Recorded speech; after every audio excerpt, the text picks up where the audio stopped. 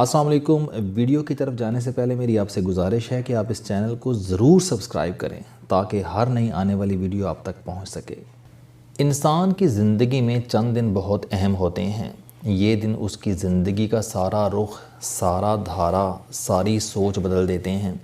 میری زندگی میں بھی چند ایسے دن آئے تھے۔ ایک وہ دن تھا جب میں نے کلاس کی آخری کرسی پر بیٹھ کر پہلی پوزیشن حاصل کرنے کا فیصلہ کیا تھا۔ ایک وہ دن تھا جب مجھے معلوم ہوا تھا کہ دنیا انسان سے سارے حق چھین سکتی ہے، لیکن اس سے محنت کرنے، محبت کرنے، اللہ کے حضور توبہ کرنے اور اس سے دعا کرنے کا حق نہیں چھین سکتی۔ ایک وہ دن تھا جب میں نے اپنے اندر کے خوف کو نکال کر پھینک دیا تھا۔ میں نے یہ یقین کر لیا تھا کہ زندگی، عزت اور رزق اللہ تعالیٰ کے اختیار میں ہے، چنانچہ لوگوں سے، حکومتوں سے اور حالات سے گھبرانے کی کوئی ضرورت نہیں۔ اور ایک وہ دن تھا جس نے مجھے زندگی کی ایک حقیقت سے روشناس کرایا جس کو میں اور میرے جیسے لوگ عمر بھر نہیں سمجھ پاتے۔ یہ 18 اپریل 2007 کا دن تھا۔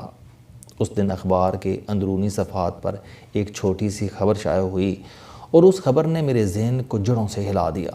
یہ کبیر والا کے 4 سگے بھائیوں کی پھانسی کی خبر تھی، اور ایسی خبریں عموماً اخبارات میں شائع ہوتی رہتی ہیں، لیکن اس خبر میں ایک ایسا فقرہ تھا جس میں 10,000 سال کی دانش چھپی تھی، اور ہم عموماً زندگی کے ہنگاموں میں اس دانش پر توجہ نہیں دیتے۔ میں اس فقرے کی طرف تو بعد میں آؤں گا، لیکن پہلے آپ کو اس خبر کے مدرجات بتاتا چلوں۔ کبیر والا میں لکھا نام کا ایک چھوٹا سا گاؤں ہے۔ اس گاؤں میں 2 خاندانوں کے درمیان زرعی زمین کی ملکیت پر تنازع چل رہا تھا۔ اس تنازع کے دوران ایک خاندان کے 4 بھائیوں نے 15 اپریل 1999 عیسوی کو دوسرے خاندان کے 13 افراد کو کلہاڑیوں کے ذریعے قتل کر دیا تھا۔ قتل ہونے والوں میں 5 خواتین اور 2 معصوم بچے بھی شامل تھے۔ مجرم واردات کے بعد گرفتار ہوئے، ان کے خلاف مقدمہ چلا اور ڈسٹرکٹ جیل خانے وال نے 4 بھائیوں کو 13 مرتبہ پھانسی دینے کا حکم دے دیا۔ مجرموں نے اس فیصلے کے خلاف اپیل کی، لیکن یہ اپیل ہائی کورٹ اور سپریم کورٹ دونوں نے خارج کر دی۔ مجرموں نے بعد ازاں صدر مملکت سے رحم کی اپیل کی، لیکن صدر پرویز مشرف نے بھی 28 دسمبر 2006 عیسوی کو یہ اپیل مسترد کر دی، اور یوں 4 بھائیوں کو 17 اپریل 2007 کو سینٹرل جیل ملتان میں صبح 4:30 بجے پھانسی دے دی گئی۔ یہ تھی اس کیس کی مختصر سی روداد۔ اب آتے ہیں اس فقرے کی طرف۔ میں نے جس کے بارے میں عرض کیا تھا کہ اس فقرے میں 10,000 سال کی دانش موجود ہے، اور اس فقرے کی وجہ سے وہ خبر اور 17 اپریل کا وہ دن میری زندگی کا اہم ترین دن بن گیا۔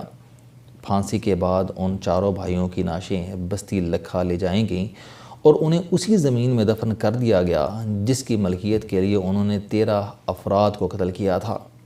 خبر نگار نے خبر کے آخر میں لکھا تھا کہ 4 بھائیوں نے جس زمین کے لیے 13 لوگوں کو قتل کیا وہ بالآخر اسی زمین میں دفن ہو گئے، اور یہ فقرہ تھا جس نے مجھے بتایا کہ دنیا کے کسی انسان کو زمین کے لیے کوئی جرم نہیں کرنا چاہیے، کیونکہ زمین آج تک کسی کی ملکیت نہیں ہوئی۔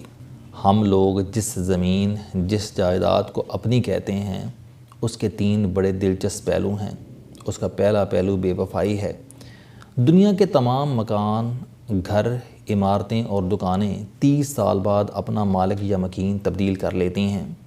میرے دادا نے جو مکان بنایا تھا، میرے والد اور چچا اس مکان میں نہیں رہے۔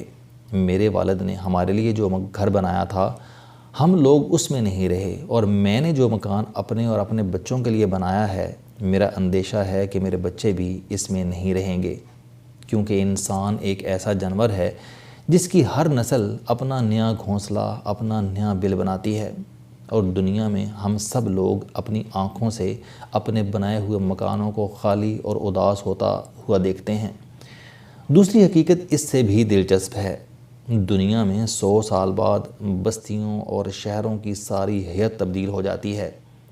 گاؤں کی جگہ شہر آباد ہو جاتے ہیں اور شہروں کی جگہ بڑے شہر لے لیتے ہیں۔ آپ غور کیجئے کہ دنیا کے تمام قدیم شہر آج اس جگہ نہیں ہیں جس جگہ انہیں آباد کرنے والوں نے آباد کیا تھا۔ لاہور راوی کے کنارے تھا اور 12 دروازوں کے اندر قید تھا، لیکن آج راوی لاہور کے مضافات میں شفٹ ہو چکا ہے، جبکہ لاہور دروازے توڑ کر باہر نکل گیا ہے۔ اصل لاہور نئے لاہور کی بنیادوں میں کہیں دفن ہو چکا ہے اور آج اس کی یاد تک تاریخ کے اوراق میں گم ہو چکی ہے۔ یہی صورتحال کراچی، حیدرآباد، کوئٹہ، پشاور اور راولپنڈی کی ہے۔ یہ تمام پرانے شہر نئے شہروں کی بنیاد بن گئے ہیں۔ رہ گیا اسلام آباد، تو یہ 40 برس پہلے جنگل تھا اور اس جنگل کے اندر چھوٹے چھوٹے گاؤں تھے۔ سخی بٹ اسلام آباد کی ایک مشہور شخصیت ہیں۔ بٹ صاحب اسلام آباد کے ابتدائی ٹھیکیداروں میں شمار ہوتے ہیں۔ انہوں نے اپنی آنکھوں سے آپارہ مارکیٹ کے پیچھے ایک گاؤں دیکھا تھا۔ وہ اس جنگل کے چشموں میں نہاتے بھی رہے ہیں، اور انہوں نے جب 0 پوائنٹ کے قریب گھر بنایا تھا تو اس گھر سے چند گز کے فاصلے پر گاؤں تھا۔ لیکن آج 40 برس بعد یہ جنگل پاکستان کا مہنگا ترین شہر بن چکا ہے۔ آپ تصور کیجئے کہ آج جس جگہ F10 یا E7 کے سیکٹر آباد ہیں، وہاں کبھی بستی لکھا جیسے گاؤں تھے، اور اس گاؤں کے لوگ بھی زمین کے ایک چھوٹے سے ٹکڑے کے لیے ایک دوسرے کو قتل کرتے تھے۔ لیکن آج وہ زمین کس کی ملکیت ہے؟ آج اس پر کون آباد ہے؟ آپ تیسری حقیقت بھی ملاحظہ کیجئے کہ دنیا میں 500 سال بعد زمین اپنی شیپ تبدیل کر لیتی ہے۔ شہروں کی جگہ جھیلیں بن جاتی ہیں، جھیلوں کی جگہ گاؤں آباد ہو جاتے ہیں، دیہات سڑکوں میں دفن ہو جاتے ہیں، سڑکیں جنگلوں میں گم ہو جاتی ہیں، جنگل ویرانوں میں تبدیل ہو جاتے ہیں، ویرانے باغ بن جاتے ہیں اور باغ دلدل کی شکل اختیار کر لیتے ہیں، دلدلیں صحرا بن جاتی ہیں اور صحرا دریاؤں میں گم ہو جاتے ہیں۔ گویا 500 سال بعد زمین کے سارے نئے نقش تبدیل ہو جاتے ہیں۔ ہم لوگ آج جس جگہ بیٹھے ہیں، یہ زمین کبھی مغل شہزادوں کی ملکیت تھی۔ اس سے پہلے خاندان غلامہ اس کا مالک تھا، اور اس سے پہلے محمود غزنوی نے اسے تاراج کیا تھا۔ اس سے قبل اشوک اعظم اس کا مالک تھا، اور اس سے قبل کورے اور پانڈے اس کے حکمران تھے۔ اس زمین کو سکندر اعظم نے بھی اپنی ملکیت بنانے کی کوشش کی تھی، اور راجہ اندر نے بھی، اور اس پر بدھوں نے بھی اپنی مہر لگائی تھی۔ اسے چنگیز خان نے بھی ہضم کرنے کی کوشش کی تھی، اور تیمور لنگ بھی اسے اپنے قدموں میں روننے کی خواہش لے کر یہاں آیا تھا، لیکن سب لوگ اپنی اپنی بولی بول کر رخصت ہو گئے، اور آج اس پر ہمارا بسیرا ہے، اور کل یہ کسی دوسرے کی ملکیت ہو گئے۔ جی ہاں، صرف 500 سال بعد ہماری رہائش گاہیں، ہمارے شہر کسی جھیل میں دفن ہوں گے، یا پھر ہماری آرزوؤں اور خواہشوں کے محلوں سے دریا گزر رہے ہوں گے، اور ہماری ہڈیوں کی خاک تک کا نشان ان ہواؤں میں موجود نہیں ہوگا۔ لیکن اس کے باوجود انسان زمین کے لیے لڑتا ہے۔ یہ اسے اپنی ملکیت بنانے کے خبط میں بھی مبتلا ہے، اور یہ اس خبط کی تسکین کے لیے دوسرے انسانوں کو قتل کر دیتا ہے۔ ہم لوگ کس قدر بے وقوف ہیں، ہم مٹی پر قبضے کے لیے انسانوں کی جان لیتے ہیں، اور آخر میں خود بھی اس مٹی میں مل کر بے وجود، بے نشان ہو جاتے ہیں۔ کیونکہ انسان کی قبر اور قبرستانوں کی بھی ایک عمر ہوتی ہے۔ قبریں اور قبرستان بھی جوان ہوتے ہیں، بوڑھے ہوتے ہیں، مرتے ہیں اور پھر بے نشان ہو جاتے ہیں۔ ہمیں کیا معلوم کہ ہم کس کی قبر پر آباد ہیں، اور ہمارے مکان میں کل کلاں کس کی قبر بنے گی۔ ہم سب مٹی کے وطن سے نکلے ہوئے لوگ ہیں، اور ہماری تمام خواہشوں اور آرزوؤں نے بھی ایک دن مٹی میں مل کر ختم ہو جانا ہے، اور ہماری خواہشوں کی مٹی بھی کسی دن زمین کے ساتھ اپنی حیت بدل لے گی۔ ہم کسی درخت، کسی پودے کا کلوروفل بن جائیں گے، یا پھر کھانسی کا بیکٹیریا بن کر اپنے بعد آنے والوں کی زندگی عذاب کر دیں گے۔ ہم سب اس حقیقت سے واقف ہیں، لیکن کیونکہ ہماری مٹی میں حرص کا عنصر بھی شامل ہے، چنانچہ ہم پوری زندگی زیادہ سے زیادہ مٹی، زیادہ سے زیادہ زمین گھیرنے کی کوشش کرتے ہیں، اور اسی کوشش کے دوران کسی دن اس مٹی میں مٹی ہو جاتے ہیں۔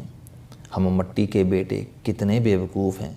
ہم اس مٹی کے لیے قتل بھی ہوتے ہیں اور قتل بھی کرتے ہیں، اور یہ بھول جاتے ہیں کہ مٹی کبھی کسی کی ملکیت نہیں ہوتی۔ السلام علیکم، آپ سٹوڈنٹ ہیں، کوئی جاب کرتے ہیں، کاروبار کرتے ہیں، یا پھر آپ گھریلو زندگی گزار رہے ہیں۔ اگر آپ اپنی زندگی کو بدلنا چاہتے ہیں تو اس چینل علم دوستی پر آپ زندگی میں کامیابی کے لیے جاوید چوہی صاحب کے موٹیویشنل، سوشل، سیلف ڈسکوری سے ریلیٹڈ اور صحت سے متعلق بے شمار کالم سن سکتے ہیں۔ میرا دعویٰ ہے کہ یہ چینل آپ کی زندگی بدل دے گا۔ اس چینل کا مقصد اچھی باتیں معاشرے میں پھیلانا ہے اور اچھی بات کو دوسروں تک پہنچانا صدقہ جاریہ ہے۔